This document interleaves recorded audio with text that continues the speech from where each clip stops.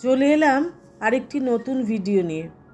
নমস্কার বন্ধুরা, আমার সংসার চ্যানেলে সকলকে স্বাগত জানিয়ে আজ একটি নতুন ভিডিও শুরু করছি। আমার ঘরে আজকে আমি কিভাবে নীলষষ্ঠীর পুজো করেছি সেটাই আপনাদের সঙ্গে শেয়ার করছি। নীলষষ্ঠী আজকে একটি অত্যন্ত শুভ দিন। সমস্ত মায়েরা তাদের সন্তানের মঙ্গল কামনা করে ভগবান মহাদেবের কাছে এই পুজো করে থাকেন। পুরাণ অনুসারে একটা গল্প আছে। নীলষষ্ঠীর এই বিশেষ দিনেই মহাদেবের সঙ্গে নীলাবতী বিয়ে হয়।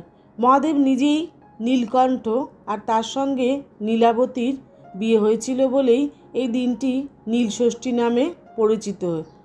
এই নীলষষ্ঠীর দিনেই গ্রাম বাংলার অনেক জায়গায় চৈত্র সংক্রান্তিতে চড়ক উপলক্ষে গাজনের মেলা বসে। নীলষষ্ঠীর এই তপ্ত দুপুরে মহাদেবকে স্নান করিয়ে মা তার সন্তানের মঙ্গল কামনা করেন এবং বাতি জ্বালান। গল্পটা মোটামুটি এই রকমই। সেই অনুসরণ করেই সেই পুরাণে সেই গল্পটি অনুসরণ করেই আমরা আমাদের এই নীলষষ্ঠীর দিনটা পালন করি। আমি আমার ঘরে পঞ্চামৃত জল রেডি করে নিলাম। আগে আমি আমার মহাদেবকে ঘি, মধু, দই যা যা ছিল আমার সামান্য অতি সামান্য পুজোর উপকরণ সেগুলো সব মাখিয়ে নেব।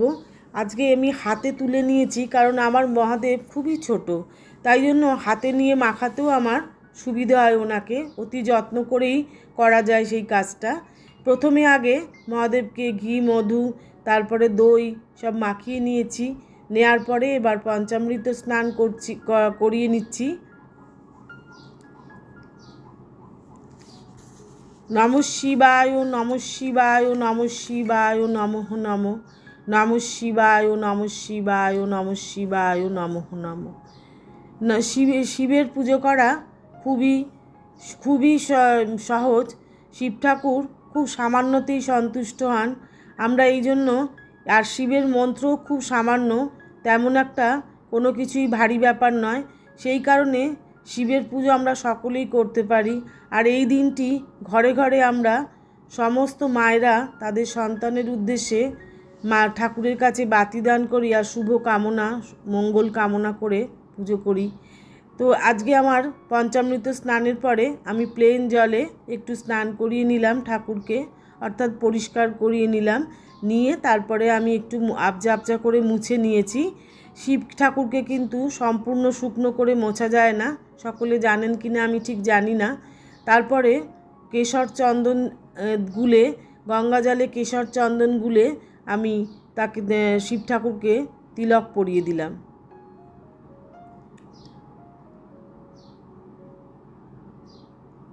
তার সর্বাঙ্গে লেপন করে দিলাম ত্রিশূল, নন্দী মহারাজ সকলকে আমি ওই হলুদ চন্দন বা কেশর চন্দন, সুগন্ধি চন্দন লেপন করে দিলাম।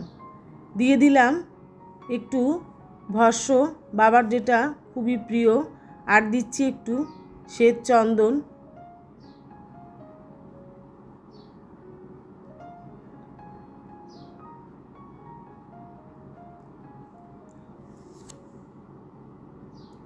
একটা পৈতে প্রদান করলাম ঠাকুরের মাথায়। আর আকন্দের মালা তো অবশ্যই দিতে হবে, যেহেতু বাবার আকন্দের মালা খুবই পছন্দের, তাই একটি আকন্দের মালাও বাবাকে পরিয়ে দিলাম। আর এই যে কলকে দিয়ে দিলাম, সে বাকি যা কিছু করা সে আর তার বেশি আর আমাদের জানা নেই। এই কলকেটুকুন বাবার পাশে দিয়ে দিতে হয়, জেনেছি, সেই দিয়ে দিলাম। আর একটা করে বেলপাতা নেব, আর চন্দন সহযোগে বেলপাতাটা বাবার মাথায় অর্পণ করব। এই মধ্যমা দিয়ে যদি কেউ সন্তানের জন্য কোনো কিছু প্রার্থনা করেন, তাহলে এই মধ্যমা দিয়ে বেলপাতাটাকে চন্দন মাখিয়ে বাবার মাথায় ঠিক আমি যেভাবে দিচ্ছি এইভাবে দেবেন, তাহলে কিন্তু অবশ্যই বাবা তার মনস্কামনা, সন্তানের মনস্কামনা পূর্ণ করবেন। দিয়ে দিলাম অত্যন্ত প্রিয় বাবার ধূত্র ফুল।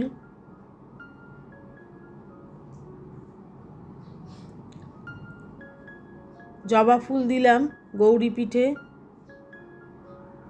আর এত সুন্দর গাছে বড় বড় জুঁই ফুল হয়, এত কলকে ফুল হয়, ফুলের একেবারে ফুল দিয়ে মনে হয় ঠাকুরকে ভরিয়ে দিই।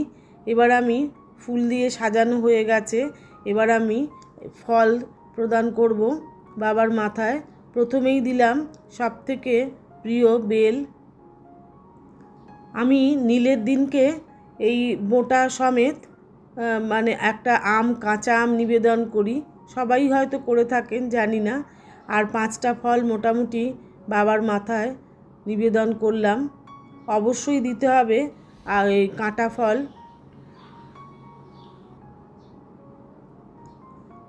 দিয়ে মিষ্টি দিয়ে এবার বাবাকে মিষ্টি বা বাতাসা বা নকুলদানা যেটাই দিই না কেন দেওয়ার পরে সামান্য 2-1 ফোঁটা জল দিতে হবে। এই সামান্যই, খুবই সামান্য সময়ও লাগে, খুবই অল্প সময়ের মধ্যে এই পুজো হয়ে যায়। আর খুব সুন্দর করেও গুছিয়ে করাও যায়, ছোট্ট করে করা যায়। এবার আমি ধূপ দ্বীপ জেলে বাবাকে পঞ্চপ্রদীপে আরতি করে নিলাম। পঞ্চপ্রদীপে আরতি কিন্তু বাবার ভীষণ প্রিয়, তাই পঞ্চপ্রদীপে আরতি অবশ্যই করে নিতে হবে এই নীলের দিনে বা শিবরাত্রিতে, বাবার যে কোনো পুজোতে। তাহলে আজকে এখানেই থাক, পরের আরেকটি ভিডিওতে অবশ্যই আপনাদের সঙ্গে দেখা হচ্ছে।